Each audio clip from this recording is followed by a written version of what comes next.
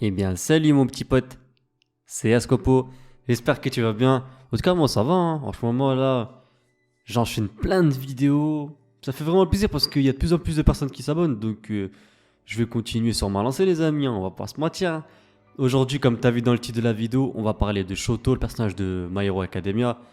Et tu connais, dans tous les mangas, il y a un personnage charismatique, tu vois. Ça peut être Trunks dans Dragon Ball Z, ça peut être Happy dans Fairy Tail. Oui, j'ai bien dit Happy. Pour moi, c'est un chat, il parle, il est charismatique de ouf. Ça peut être Vegeta, tu vois ce que je veux dire? Des personnages qui sont ultra badass, ultra charismatiques. Et donc, My Hero Academia, il fait pas exception à la règle. Et c'est pour ça que j'ai voulu parler de Shoto en tant que premier personnage voilà, de la catégorie de vidéos que je sors, le saviez-vous? Parce que c'est un personnage que j'apprécie beaucoup de par la complexité en fait de son histoire et de ceci de sa personnalité. Et après, on va pas se mentir, hein, ce qui me fascine chez ce personnage, c'est sa puissance en fait, et surtout son sang-froid. C'est un personnage que j'ai appris à découvrir au fur et à mesure des saisons, qui a commencé à être un personnage plutôt, en tout cas pour ma part, antipathique au début, pour finir à la fin par un des personnages que je préfère. Parce qu'on a un peu d'empathie en fait vis-à-vis de lui et de son histoire. Et donc c'est l'ensemble de tout ça qui fait que c'est un des personnages préférés de My Hero.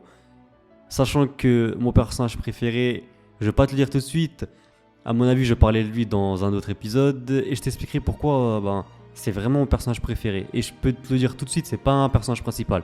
Mais bon, là on va commencer la vidéo. Je vais essayer de t'apprendre quelque chose sur lui. Au moins une chose. Si je peux t'apprendre une chose sur lui, ce serait vraiment très intéressant. Je vais te passer aussi tu sais, les trucs où ils expliquent que oui, c'est le deuxième personnage préféré des fans, tout ça, tu sais, les trucs tout pourris. Je veux pas te parler de ça. Je vais prendre un condensé des choses que je trouvais les plus intéressantes à dire et donc j'espère que ça va te plaire. Bon, on commence déjà par aussi le fait que c'est un personnage plutôt particulier dans le sens où en fait il y a eu 4 élèves en fait qui étaient acceptés sur recommande officielle. Là où Izuku il a dû passer une épreuve comme bien d'autres, lui il est passé par recommandation officielle. Les 3 autres élèves qui ont été recommandés avec lui c'est Momo, Juzo et Zetsuna. Ensuite, ce qu'il faut savoir aussi, c'est que son anniversaire, c'est en janvier. Bon, c'est pas une grosse info, c'est un vieux truc, mais en fait, ça, je savais pas du tout. C'est le 4e plus jeune de la classe, en fait. En tenant compte, en fait, que chaque étudiant, ils avaient 15 ans au début de l'année scolaire à UA, tu te doutes bien qu'il y a d'autres personnages qui ont dû, par exemple, naître le 1er ou le 4 janvier, un truc comme ça. Lui, je vois pas le jour sur lequel il est né, mais je pense que ça doit être à mon avis fin janvier, hein. S'il est 4e, ça doit être à peu près mi-janvier, fin janvier. Ensuite là, il a appris un truc, et je te jure, je savais pas du tout. En gros, regarde le truc de fou, hein. Tu sais, il a beaucoup de similitudes avec Zuko d'Avatar. Je vais te montrer une image si tu connais pas le personnage. D'ailleurs, je te conseille la série parce que elle est vraiment lourde. Et donc, regarde toutes les similitudes qu'ils ont les deux. C'est vraiment une dinguerie. Et ce que je veux dire après, franchement, je te cache pas, j'y crois pas trop, mais je vais t'expliquer après.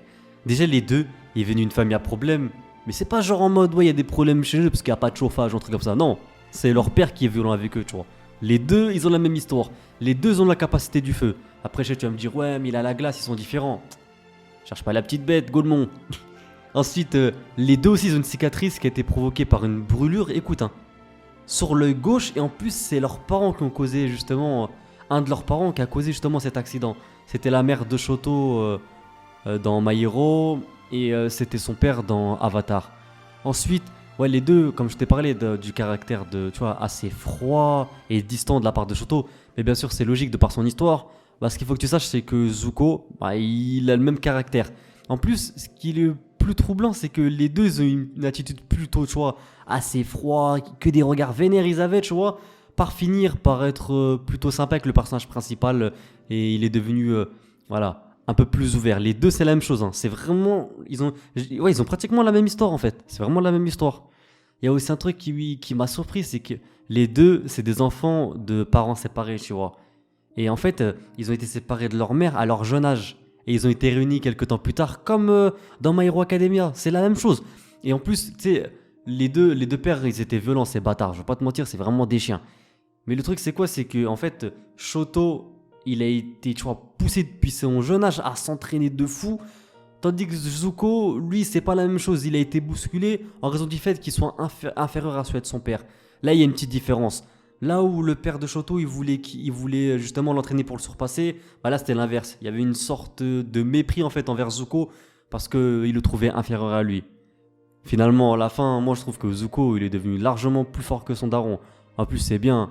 Franchement, le personnage principal de Avatar, il l'a goumé, il lui a mis que des cocos, que des patates. En plus, t'as vu la boule à Z d'Avatar? Tu vois sa tête là? Il lui a mis ses coups de tête dans sa tête. Eh Yasko, Avatar, il s'appelle pas Avatar. Ouais, mais pour moi, c'est l'Avatar pour moi, je l'appelle comme ça. Mes ennemis diront que je connais pas son prénom. Mais bon, mes alliés diront que. Mes alliés diront. Bon, me soutiendront en tout cas. Et ouais, il y a aussi un dernier truc que je voulais dire concernant leur similarité en fait, c'est que tu vois, leurs deux pères, ben, ils ont forcé en fait leur mère à se marier avec eux avant leur naissance. Enfin, c'est bête ce que je dis avant, mais c'est normal en fait c'est normal en fait qu'ils se sont mariés. Ah bah non, mais je suis un ouf moi. Ils sont pas obligés de se marier pour avoir des enfants. Non, non, Canien. Donc, oublie ce que je t'ai dit là. En gros, les deux darons, ben, ils ont forcé en fait leurs meufs respectifs à se marier en fait avec eux. Tu sais, c'est un truc de ouf. Et c'est vraiment des bâtards en vrai. Et voilà, tout à l'heure, tu sais, je t'ai dit quoi? Je t'ai dit en gros, ouais, moi j'y crois pas trop. Mais en fait, quand je t'ai dit ça, c'est quoi? C'est que t'as vu l'auteur de My Hero Academia. Il a dit ce mytho en mode, hein, il a dit quoi? Il a dit, ouais, c'est vrai qu'il y a beaucoup de similitudes, mais j'ai jamais fait attention. Genre en mode, c'est que des pures coïncidences. Oui, oui, oui, des coïncidences. C'est pas moi, tu vas me la faire, cousin. Ça envoie lui. Eh, c'est comme si moi, je te prends un personnage, je lui fais un nuage magique, un bâton magique, il se transforme en super guerrier. Après, je te dis, non, non, frérot. Hein. Il y a peut-être des similitudes avec Dragon Ball Z, mais c'est qu'une pure coïncidence. Pas à moi, poteau. C'est pas à moi que tu vas me faire croire ça.